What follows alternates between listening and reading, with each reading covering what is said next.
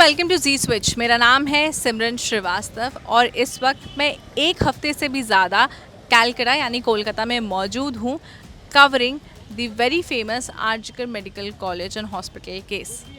यहाँ पर जो ऑन ग्राउंड सिचुएशन है वो नर्व्स मैंने आपको यहाँ पर बताए, बहुत सारे प्रोटेस्ट कवर किए, विक्टिम यानी डॉक्टर अभया के पेरेंट्स से बात की, साथ ही मैं जो अक्यूज अभी जो पकड़े गए हैं संजय रॉय, उनके लोकेलिटी में भी गई, उनके नेबरहुड से भी बात की। तो चलिए एक बार मुझे लगता है कि टाइम हो चुका है कि इन पूरे तथ्यों को सजाकर as a series of events आपको पेश करूँ एक टाइमलाइन कि कब क्या हुआ, कैसे हुआ और अभी कोर्ट की क्या टेक है इस पूरे इवेंट एंड इस पूरे सिचुएशन में। So stay tune to this video. RG Kar medical college and hospital, जिसे यहाँ पर RG Kaur medical college and hospital कहा जाता है, is actually named after an Indian philanthropist जिनका नाम था डॉक्टर राधा गोविंदो कौर।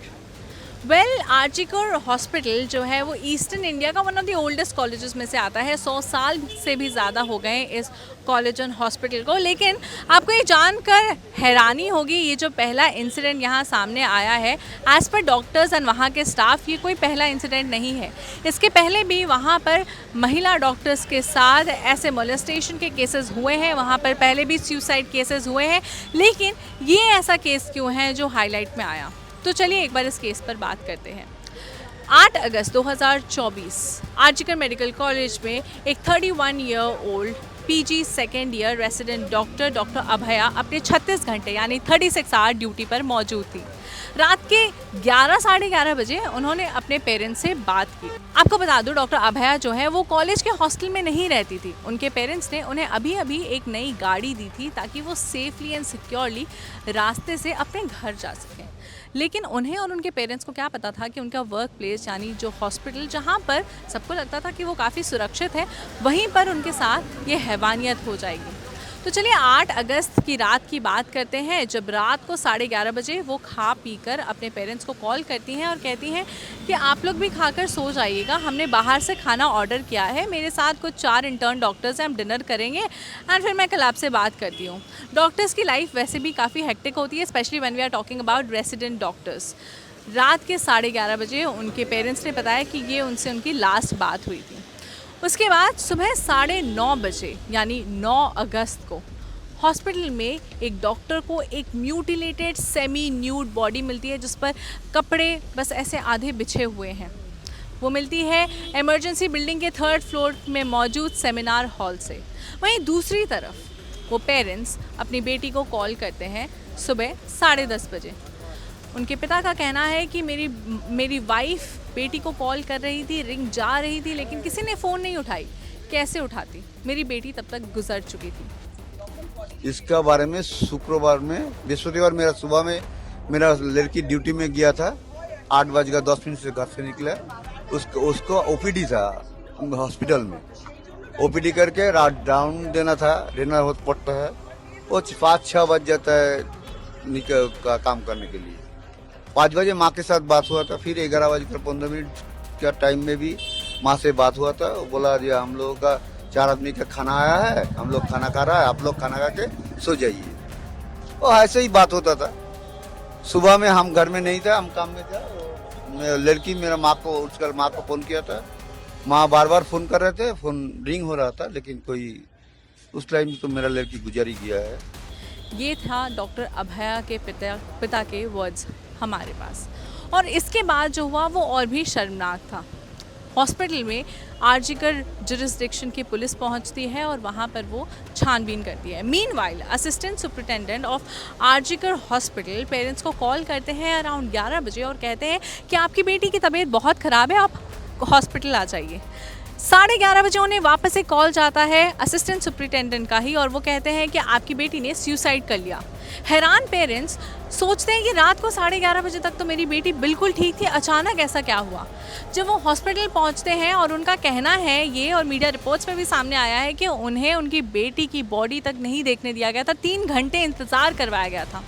शाम के 4 बजे के करीबन जब पिता अपनी बेटी की बॉडी देखते हैं, तब वो देखते हैं कि उनकी बेटी की जो बॉडी है वो बिल्कुल भी सुसाइडल नहीं लग रही थी।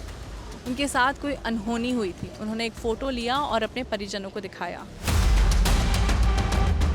वेल विक्टिम के पेरेंट्स के साथ ही वहीं शाम को 4 बजे जुडिशियल मजिस्ट्रेट भी हॉस्पिटल आते हैं फॉर दी पोस्टमार्टम और 4:30 बजे के अराउंड विक्टिम का पोस्टमार्टम कंडक्ट किया जाता है।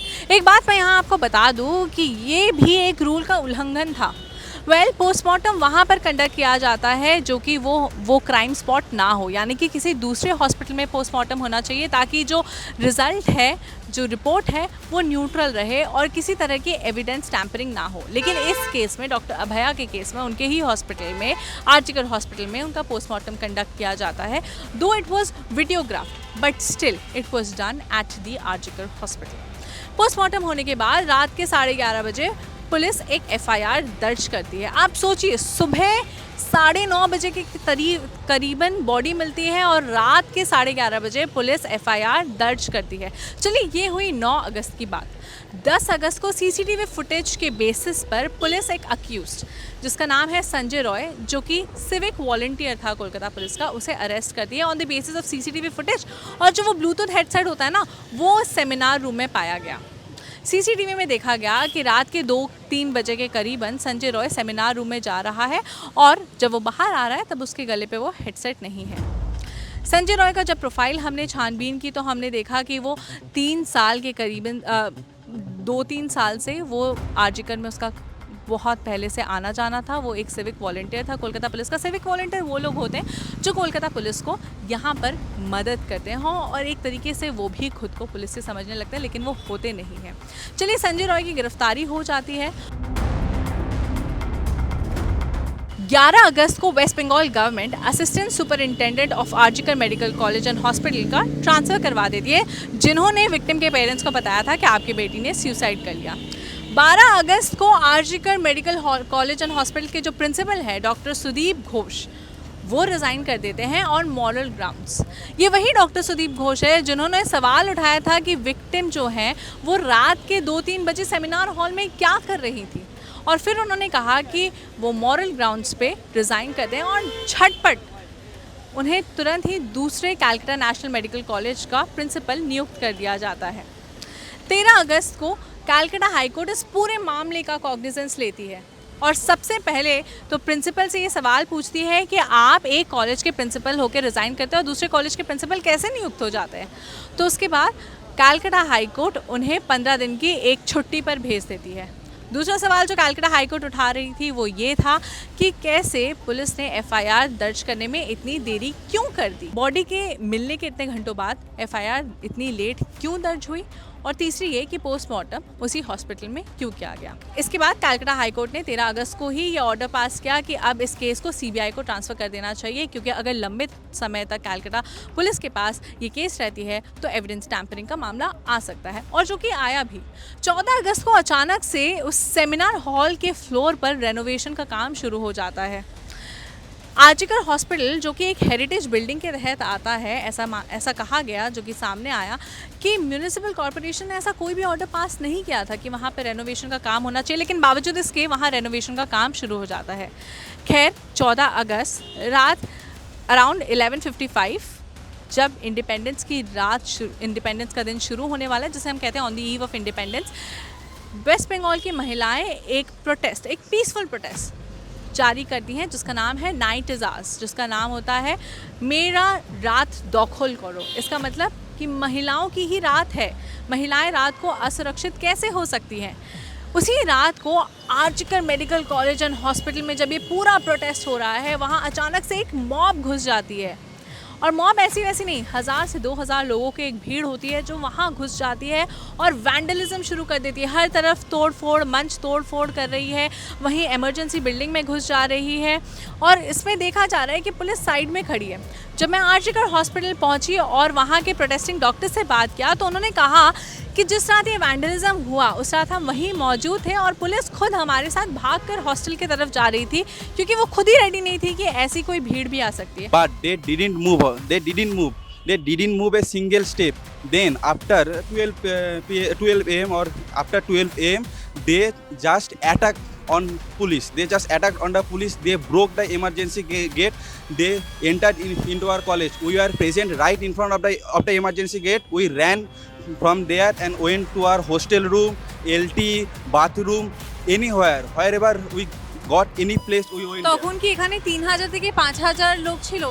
3,000 to 5,000 people were present outside the emergency gate, but 100 to 500 around people entered, and some of them, at least 80 to 90 people, went to the emergency buildings. Some of the protesters were in our moncho, which was supposed to be broken, and some of the mob threatened us and some nursing staffs and some students that they can do anything.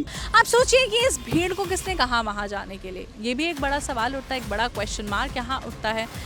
15 अगस्त को ये सब कुछ होने के बाद independence के दिन भी कई सारे जगहों में देश विदेश एक ही नारा रहा, जस्टिस फॉर डॉक्टर अभया। 16 अगस्त को वेस्ट बंगाल की चीफ मिनिस्टर ममता बनर्जी ने एक प्रोटेस्ट जारी किया, प्रोटेस्ट जस्टिस के लिए। मैं आपको यहाँ बता दूँ कि हेल्थ मिनिस्ट्री जो है और मिनिस्ट्री ऑफ होम अफेयर्स जो है वो भी यहाँ ममता बनर्जी के अंडर ही आते हैं। तो लोगों का कहना था कि क्या Mamata Banerjee is protesting against her own government? Well yes, she was doing so. She was on the streets demanding justice. और उनके डेडलाइन के ख़त्म होने के पहले ही कलकत्ता हाई कोर्ट ने इस केस को सीबीआई को ट्रांसफ़र कर दिया था। 17 अगस्त को इंडियन मेडिकल एसोसिएशन यानी IMA जिसे हम जानते हैं, उन्होंने एक नेशन वाइड स्ट्राइक अनाउंस कर दिया, सेइंग कि सारे डॉक्टर्स जो हैं वो अपनी ड्यूटी पर नहीं जाएंगे जब तक जस्टिस नहीं मिलती। लेकिन मैं आपको यहाँ पर बता दूँ कि इमरजेंसी सर्विसेज फिर भी चालू थी सारे हॉस्पिटल्स में, और ऐसा हमें कई डॉक्टर्स ने भी कहा आर्जी करके कि यहाँ पर इमरजेंसी सर्विसेज चल रही थी।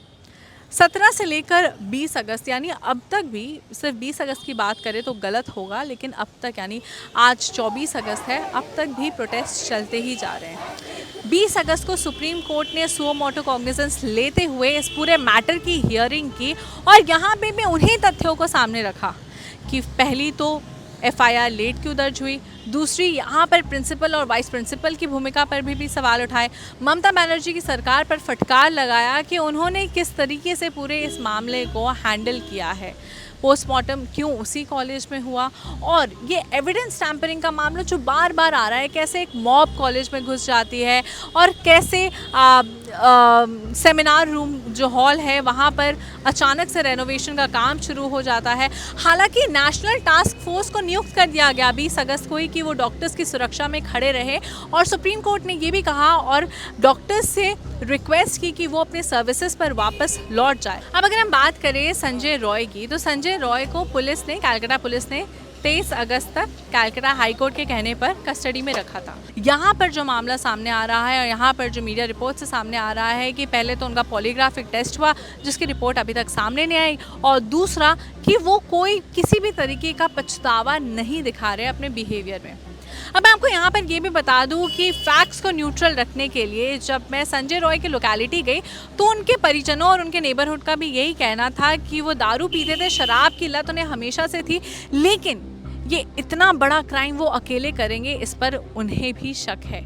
तो ऐसी मतालगिरी करता था और रोज झगड़ा घर में करता था, किंतु ये संजय राय का ये केस अकेला का है नहीं, इसमें उन लोग का हॉस्पिटल पूरा गैंग है। महिलाओं की तरफ उनकी नज़र गलत थी, हमें मीडिया रिपोर्ट में भी पता चला और उनके परिजनों से भी पता चला कि उन्होंने 4 शादियां कर रखी थी और उनकी ड्रिंकिंग हैबिट्स के वजह से उनकी कई सारी शादियां टूटी। उनकी मां ने कहा कि उनके बेटे को फंसाया जा रहा है, लेकिन नेबरहुड ने भी एक ही सवाल उठाया कि यहाँ पर मामला बहुत बड़ा और पेचीदा है क्योंकि संजय रॉय अकेले ये सब कुछ नहीं कर सकता। तो आपको मैंने एक पूरे टाइमलाइन में इस पूरे केस को सुलझा कर और इन अ वेरी इजी फॉर्मेट आपको बताने की कोशिश की है कि ये पूरा मामला आखिर क्या है। वाकई में कलकत्ता के लिए, पूरे देश के लिए काफ़ी शर्मनाक इवेंट है कि एक ऐसी चीज़ हो जाती है after India's 78 years of independence, but we as a team also want कि जस्टिस मस्ट प्रिवेल।